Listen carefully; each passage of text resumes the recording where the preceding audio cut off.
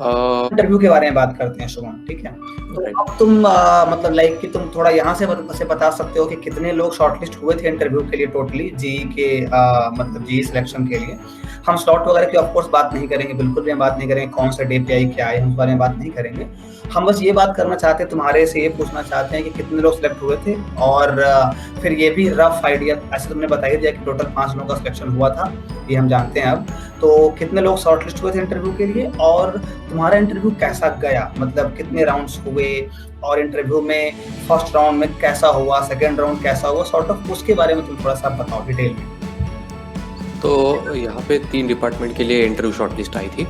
तो वहाँ पे देखोगे तो अराउंड फर्स्ट जो रिन्यूएबल था उसमें अराउंड 20 बच्चे शॉर्टलिस्ट किए थे उन्होंने among for all departments. Then in the second that G power, तो उसमें उन्होंने अराउंड 4 to 5 बच्चे सिलेक्ट किए थे।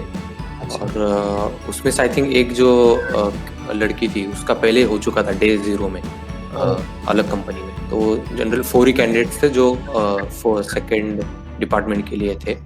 जो थर्ड था जीआरसी डिपार्टमेंट, उसमें भी अराउंड 16 या 17 बच्चे शॉर्टलिस्ट हुए थे। तो उनमें से अगर मैकेनिकल की बात करूं तो अराउंड 2 या फिर 3 बच्चे जीआरसी में सिलेक्ट हुए थे। और जो जी पावर था उसमें 2 बच्चे सिलेक्ट हुए थे। ओके। और यह जो था जी रिन्यूएबल्स में, उसमें 5 बंदे थे, 5 बंदे जो जी रिन्यूएबल्स के इंटरव्यू के लिए शॉर्टलिस्ट हुए थे। तो ये एक ओवरऑल मैकेनिकल का शॉर्टलिस्टिंग था। और इनमें से अगर तुम देखोगे, हाँ इसमें भी एक चीज़ है कि आई थिंक इन्होंने वहाँ पे टेस्ट्स का मार्क्स भी थोड़े से प्रेफरेंस दिया उसको, क्योंकि ना कुछ का सीपीआई जो था, जैसे मैं 2 बंदे जो मैं भूल गया था, अभी मुझे याद आया कि उनका जो हम जब ये बात करते हैं कंटेक्स्ट क्या था उस बारे में बात करते हैं। हाँ, तो उनका जो सीपीआई था ना, तो उनका सीपीआई थोड़ा कम था, मतलब 9 से भी कम था, फिर भी उनको इंटरव्यू में शॉर्टलिस्ट कर लिया रिन्यूएबल में। तो ये मुझे अभी याद आया। तो आई थिंक वो टेस्ट के बेसिस पे उनका हुआ होगा, उनका टेस्ट शायद अच्छा गया, उन्होंने प्रैक्टिस अच्छी की हुई वहाँ पे। तो हाँ, तो उनका सीपीआई काफ़ी मतलब 8.2 8.3 के अराउंड था, फिर भी उनका हो गया था शॉर्टलिस्ट। तो कांट से कि हम सीपीआई का ही एक प्रेफरेंस दिया जाएगा, लेकिन होता है, मतलब अलग भी प्रेफरेंसेस रहते हैं। ऐसे भी टेस्ट वगैरह का जो हमने भी देखा है लास्ट टाइम प्लेसमेंट सेल में ऑर्गेनाइज जब हम कर रहे थे, तो कि बहुत ही डायनेमिक है, हमें पता ही नहीं चलता कि क्या प्रायोरिटी पे थी, टेस्ट को प्रायोरिटी दिया सीपीआई को, हमें पता ही नहीं चलता था। तो इसलिए हम, मेरी समझ में it's always good to secure all of your areas, ठीक है। अब हम इस बारे में बात करते हैं कि तुम्हारे इंटरव्यू एक्सपीरियंस के बारे में। तुम्हारा इंटरव्यू था, हमें पता है कि इंटरव्यू कब था तुम्हारा, बस इस बारे में बताओ कि तुम्हारा जो कि 2 बिजनेस के लिए तुम सेलेक्ट हुए थे, 2 बिजनेस के लिए ना, जीई के 2 बिजनेस के लिए, क्या-क्या बिजनेस थे वो? एक था गैस पावर और दूसरा था रिन्यूएबल्स। ठीक है। तो इन दोनों बिजनेस के लिए तुम्हारा सिलेक्शन हुआ था। तो अब वही कितने नंबर राउंड ऑफ इंटरव्यूज हुए थे हर बिजनेस के लिए, या सबका कंबाइंड था, उसके बारे में थोड़ा बताओ। और इंटरव्यू में मतलब कैसे क्वेश्चंस आए, मतलब रिज्यूमे से क्वेश्चन कैसे आए, और सॉर्ट ऑफ वही की रिज्यूमे, क्योंकि कभी-कभी ऐसा होता है कि जब हम रिज्यूमे बना रहे होते हैं तो हम कुछ चीजें लिख देते हैं कि ठीक है, बस फिल करने के लिए हम लिख देते हैं। तो हाउ डू यू थिंक कि वो कितना सही है? हमें जितना मुझे पता है कि रिज्यूमे के हर चीज के बारे में आपको पता होना चाहिए, यू शुड बी ट्रूथफुल, पता होना चाहिए। ऐसा रैंडम तुम लिख के वहां पे जाके फंस सकते हो। तो तुम इस बारे में बताओ कि रिज्यूमे का कितना बड़ा रोल था तुम्हारे जीई के इंटरव्यू में एटलीस्ट? तो यहाँ पे कैसा है कि अपना जो रिज्यूमे है वो 2 महीने पहले ही फ्रीज हो जाता है। तो वहाँ पे तुम जो लिखोगे तो वो तुम अभी मिटा तो नहीं सकते। अगर तुमने एक बारी वो ब्लफ कर दिया तो वो हर कंपनी में वही चीज़ बार बार पूछी तो वो तुम्हारा निगेटिव में चला ही जाएगा हमेशा। तो हमेशा ऐसा करना कि जो ट्रूथफुल है वही लिखो, ठीक है। तो वहाँ से क्या होगा कि तुम्हारा इंटरव्यू अच्छा जाएगा, कोई भी तुम्हारे पास निगेटिव पॉइंट नहीं होगा वहाँ पे प्रेजेंट करने के लिए।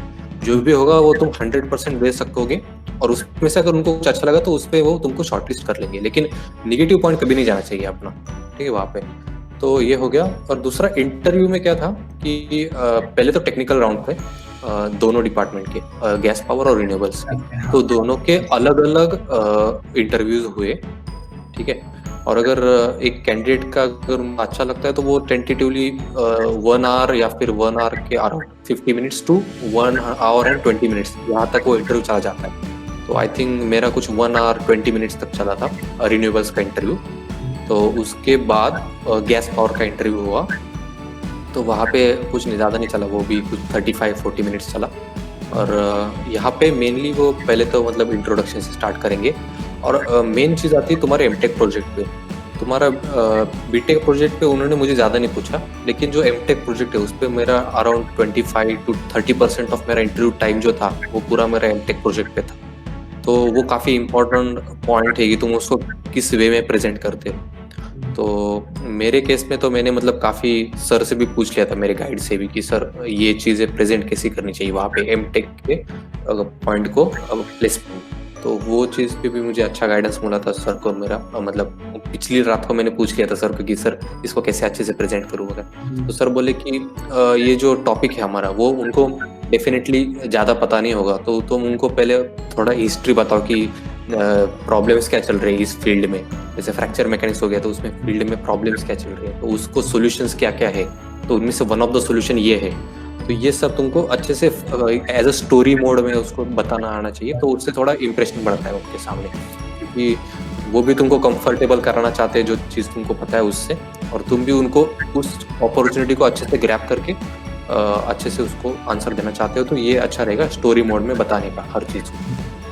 आई थिंक तो ऐसे प्रोजेक्ट्स को लेके जितना मैंने भी लोगों से बात की सीनियर से, कि उनका ये कहना होता है कि ऑलवेज फैब्रिकेट अ स्टोरी, कि सिचुएशन ये था, उसका मेथड मेरा ये होगा, इसमें इसका आउटपुट ये आएगा जो कि पिछले वाले से इम्प्रूवमेंट आएगा, सॉर्ट ऑफ पिछले बार से इम्प्रूवमेंट आएगा। हाँ, तो पहले तो प्रॉब्लम बताओ कि वहाँ पे प्रॉब्लम क्या चल रही है इस फील्ड में, तो उससे फिर उनको मोटिवेशन आएगा कि हाँ यार इसमें जरूरी है क्या करना। तो उसमें भी वो लोग उनका अगर कोई डोमेन होगा कि उसमें उन फील्ड में उनको प्रॉब्लम्स आ रही है, तो वहाँ पे अपना इम्प्लीमेंट सोल्यूशन कर सकते हैं। तो वो उनको एज एडवांटेज दिखना चाहिए। तो जो मुझे समझ में आ रहा है कि तुम्हारा एमटीपी पूरा का पूरा कोर था, तुम्हारा एमटीपी पूरा कंप्लीटली कोर पे था, तो इसीलिए ऑब्वियस ये बात है कि कोर पे, और जो कि जीई का बहुत सारा काम कोर के ऊपर है, मतलब जेट इंजन का काम है, उसका पावर का काम है, तो ऑफ कोर्स उसको ये लोग चाहिए ही चाहिए। तो that was a match in fact. तो अब तुम थोड़ा सा जैसे फर्स्ट राउंड में, जैसे तुमने बताया कि 2 राउंड हुए, फिर आखिरी का राउंड था, 4 राउंड था, तो आई थिंक फर्स्ट राउंड में ही बहुत हद तक उन्होंने तुमसे बात कर ली थी, तो सेकंड राउंड थोड़ा सा लाइट गया था सेकंड राउंड। और इतना मुझे भी याद आ रहा है कि मेरे भी केस में ऐसे ही हुआ था कि फर्स्ट राउंड आई थिंक वही 50 मिनट 50 मिनट के आसपास चला था, and second round was 30-40 minute, और सेकंड राउंड वाज मोर और लेस वो नॉर्मल बातचीत थी कि हम नॉर्मल पूछ रहे थे काफी। मतलब ये राउंड टेक्निकल भी था, मतलब वो राउंड टेक्निकल था मेरा गैस पावर का, फिर भी उन्होंने अलग ही चीजें पूछ रहे थे। हाँ ठीक है, और कौन सी कंपनीज आई, क्या हुआ, तो वो थोड़ा मतलब लाइटली चल रहा था। आई थिंक उन्होंने रिन्यूएबल्स के लिए फिक्स कर लिया था कि हाँ ये बंदा आगे रिन्यूएबल्स में जाएगा ऐसा। तो ये भी पॉसिबिलिटीज है, या फिर गैस पावर वालों को अच्छा कोई पहले से बंदा या बंदी मिल चुकी होगी, तो इसलिए उन्होंने इसको लाइटली, ये सभी पॉसिबिलिटी है। तो तुम जरा ये मुझे ये बताओ कि फर्स्ट राउंड में जैसे स्टार्ट हुआ तुम्हारा, तो थोड़ा उसके बारे में बताओ कि कैसे इंटरव्यू तुम्हारा स्टार्ट हुआ। लाइक एक दो ऑफ कोर्स बहुत सारी चीजें तुम्हें याद अब नहीं होंगी, काफी टाइम हो गया, तो जब मुझे याद है कि फर्स्ट राउंड में क्या क्या चीजें कैसे कैसे हुई, क्योंकि जीई चूंकि एक कोर फॉर्म है, सब लोग इस पे ध्यान लगाते हैं, और मतलब कोर की फॉर्म डेफिनेटली कम है हमारे पास। थोड़ा सा बताओ कि इंटरव्यू में कैसा स्टार्ट कैसे किया उन्होंने फर्स्ट राउंड में। तो उन्होंने जैसे ही स्टार्ट हुआ तो पहले तो वो इंट्रोडक्शन की बात हुई, उसके बाद उन्होंने बोला कि तुम्हारे फेवरेट सब्जेक्ट्स बताओ। तो फेवरेट सब्जेक्ट्स फिर उसको अच्छे से करके जाना, क्योंकि तुम्हारे आगे के जो भी क्वेश्चंस होंगे एमटेक प्रोजेक्ट के बाद, तो वो जनरली उन्होंने पूरे क्वेश्चंस मुझे वो 3 फेवरेट सब्जेक्ट्स में पूछे। तो मैं सोच के गया था कि इनको ऐसे फ्रेम करना है कि वो एक तो एक दूसरे से कोरिलेटेड हो वो तीनों सब्जेक्ट्स। तो इसलिए मैंने finite element methods, computational dynamics and solid mechanics, ये तीनों कैसे एक दूसरे से रिलेटेड है, तो उनको क्वेश्चन फ्रेम बनाते समय एक का रिलेशन दूसरे से लगाने में थोड़ा आसानी होती थी कि ठीक है ये प्रॉब्लम्स को अभी अलग वे से सोचो और उसको बताओ अभी क्या होगा। तो अगर मैं कुछ solid mechanics point of view, अगर फटीग पॉइंट ऑफ व्यू बता रहा हूँ, तो उसको फिर मैं natural frequency point of view अगर दूसरे कोई डोमेन में ले जाने में उनको आसानी होती थी। तो वो 3 सब्जेक्ट तुम अच्छे से करके जाना, उसी के वो ज़्यादातर क्वेश्चन पूछेंगे। तो इन तीनों सब्जेक्ट पे मुझे अगले वाले क्वेश्चन आए आफ्टर एमटेक प्रोजेक्ट। तो पहले तो एमटेक प्रोजेक्ट अच्छे से पूछेंगे, बीटेक प्रोजेक्ट में अगर उनका इंटरेस्ट आया तो बीटेक प्रोजेक्ट भी पूछ सकते हैं। मेरे केस में वो नहीं हुआ था, बीटेक प्रोजेक्ट का ज़्यादा कुछ पूछा नहीं था। तुम्हारे में क्वेश्चंस आए, फिर तुम्हारे फेवरेट सब्जेक्ट से क्वेश्चन आए, और ज़्यादा चीजें उन्होंने एक्सप्लोर की, रेज्यूमे की चीजें। हाँ, तो उसमें फिर कोर्स प्रोजेक्ट उन्होंने एक्सप्लोर किए। उसमें फिर मैंने जहाँ-जहाँ पे एक्यूरेसी लिखा था कि ठीक है, मान लो 94% एक्यूरेसी आई, 92% एक्यूरेसी आई, तो बोले कि यहाँ पे फिर 8% एक्यूरेसी का गैप कहाँ पे, फिर ये कहाँ पे चला गया तुम्हारा? तो ये चीज़ें भी कभी-कभी पूछ सकता है। या फिर तुमने ये कोर्स प्रोजेक्ट किया, इसका यूज़ क्या है? ये पहले से ही तो इम्प्लीमेंट कर रखा है अलग-अलग सॉफ्टवेयर से, तो उसका भी तुमको थोड़ा आइडिया होना चाहिए कि मैंने जो कोर्स प्रोजेक्ट किया है, जो आंसर्स रिप्रोड्यूस किए मैंने मेरे कोडिंग से, तो उसका क्या रिप्रोड्यूस होना, इसका क्या यूज़ क्या है? तो बोल सकते हैं कि हाँ, बैक एंड में कोडिंग करनी होती है कभी-कभी, नया कोई मॉडल आ गया, मटेरियल मॉडल ऐसा कुछ, तो उसका कुछ होना चाहिए आइडिया कि कैसे बैक एंड में कोडिंग करा सकते हैं। तो ऐसे कुछ आंसर्स उनको एक्सपेक्ट रहते हैं जो मतलब तुम्हें प्रेडिक्ट भी नहीं कर सकती, ऐसे क्वेश्चन भी पूछ सकते हैं। तो उसको थोड़े से ध्यान में रखना पहले से कि हाँ यार, ये प्रोजेक्ट में ऐसा किया था और इसका एरर इस वजह से आया होगा। वो वहाँ पे टू द पॉइंट समझना चाहिए। हाँ, मतलब instant you should be able to realise और you should be able to frame your answer. तो और मुझे इतना समझ में आता है कि अगर आपने काम अगर ईमानदारी के साथ अगर किया है तो आंसर माइंड में आता है, आ ही जाता है। और अभी वो प्रोजेक्ट अगर आपने 6 महीने पहले किया तो और अच्छी बात है। अब आपने बहुत चीजें पढ़ चुकी होती हैं आप, तो आपको आइडिया होता है कि हाँ, अब इसको और मैं अच्छा ऐसे कर सकता हूँ। क्योंकि मैंने लोगों से बात की तो उन्होंने मुझे बताया कि कुछ प्रोजेक्ट्स तो हमारा 1 साल पुराना प्रोजेक्ट भी होता है, खासकर आरए वालों के केसेस में जो 3 साल वाले होते हैं। तो वो रिपोर्ट रहता है ना उनका, तो रिपोर्ट अच्छे से पढ़ के जाओ, उससे पूरा आइडिया आ जाता है। रिपोर्ट पढ़ के जाओ, थोड़ा अगर कोड में छोटा मोटा कोड होगा तो उसको पढ़ के जाओ कि क्या वहाँ पे किया था। एल्गोरिदम पूछ सकते हैं, कुछ कह नहीं सकते वहाँ पे क्या एल्गोरिदम किया, वो भी पूछ सकते हैं। तो वो भी अच्छे से करके जाना। तुम्हारे प्रोजेक्ट से क्वेश्चन आए, तुम्हारे एमटीपी से क्वेश्चन आए, तुम्हारे फेवरेट सब्जेक्ट से क्वेश्चन आए, और क्वेश्चंस क्या आए? आई थिंक उसी में सब कुछ चला गया। वो पूरा जो टाइम था ना, वो पूरा टेक्निकल में इसी में था। जो मेरे सब्जेक्ट्स है ना, हाँ, उसमें अगर तुम बोले डायग्राम निकाल के बताओ, तो वो डायग्राम को मतलब कैमरा से बतानी पड़ती थी, क्योंकि यहाँ पे ऑनलाइन था ना। अच्छा, तो कुछ डायग्राम भी पूछते।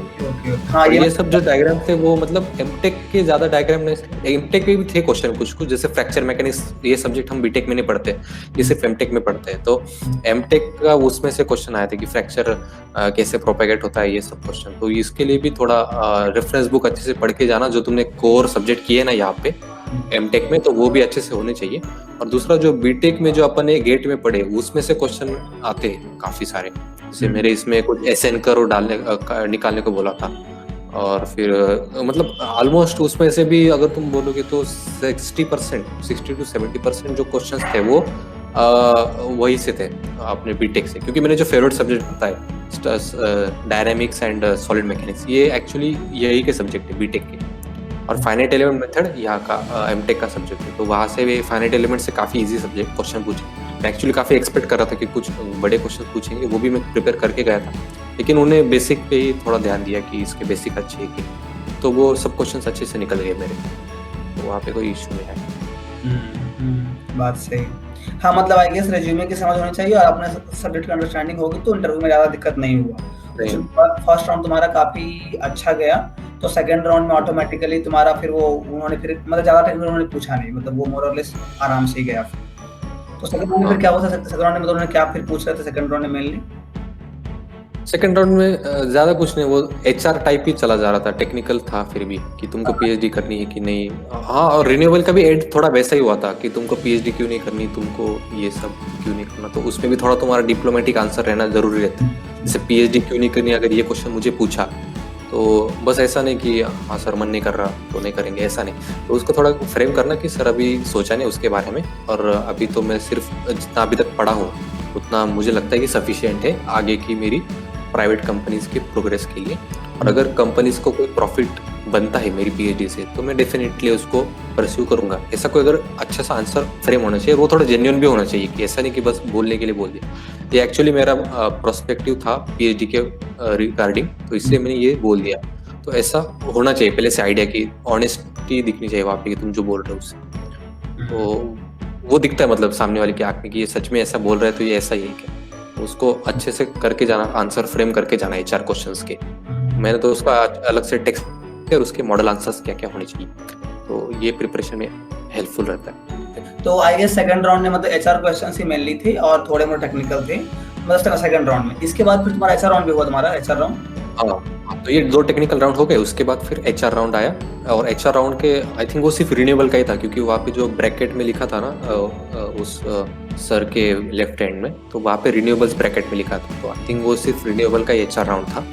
तो उसमें भी यही सब पूछा गया कि हाँ ठीक है, तुम्हारा एक पर्टिकुलर डोमेन में ओरिएंटेड दिख रहा है तुम्हारा रिज्यूमे, लेकिन कुछ कुछ जगह पे तुमने अलग अलग भी लिख के रखा है, जैसे मैन्युफैक्चरिंग का कोई टॉपिक है उस पर तुमने कोर्स प्रोजेक्ट कर लिया, तो उसका तुम क्या मतलब क्यों किया ऐसा, मतलब थोड़ा डाइवर्सिफाइड थोड़ा बहुत रखा है तुमने डोमेन, तो ऐसा क्यों ऐसा, तो उसका भी थोड़ा उनको थोड़ा तुमने कोरिलेशन करा के रखना चाहिए कि हाँ ठीक है, भले मेरा ऐसा है डोमेन जिसमें ये इस तरह से इम्प्लीमेंट करके हम उसको भी देख सकते हैं कि एक कोर डायरेक्शन में जा रहे हैं, क्योंकि लास्ट टाइम भी मैंने लास्ट ईयर पूछा था, कुछ कुछ लोगों का इसलिए नहीं हुआ क्योंकि उनका काफी डाइवर्सिफाइड उनका रिज्यूमे था, मतलब कुछ यहाँ से कर लिया कुछ वहां से कर लिया, तो वो भी उनको थोड़ा एज फार एज जी कंसर्न, सिर्फ जी के लिए उनको वो नहीं चाहिए कि एक पर्टिकुलर डायरेक्शन में कोर होगा तो ही वो थोड़ा सा ज्यादा प्रेफर करते हैं, वो उनका पॉलिसी है, तो वो मुझे लास्ट ईयर भी पता चला था, तो उन्होंने वैसे बच्चों को बोला था। को वहीं शेप करने की जरूरत है कि अगर आपको एक अगर उसका मन है इस फील्ड का, तो उस फील्ड के अकॉर्डिंग अपने रिज्यूमे को आप शेप करो,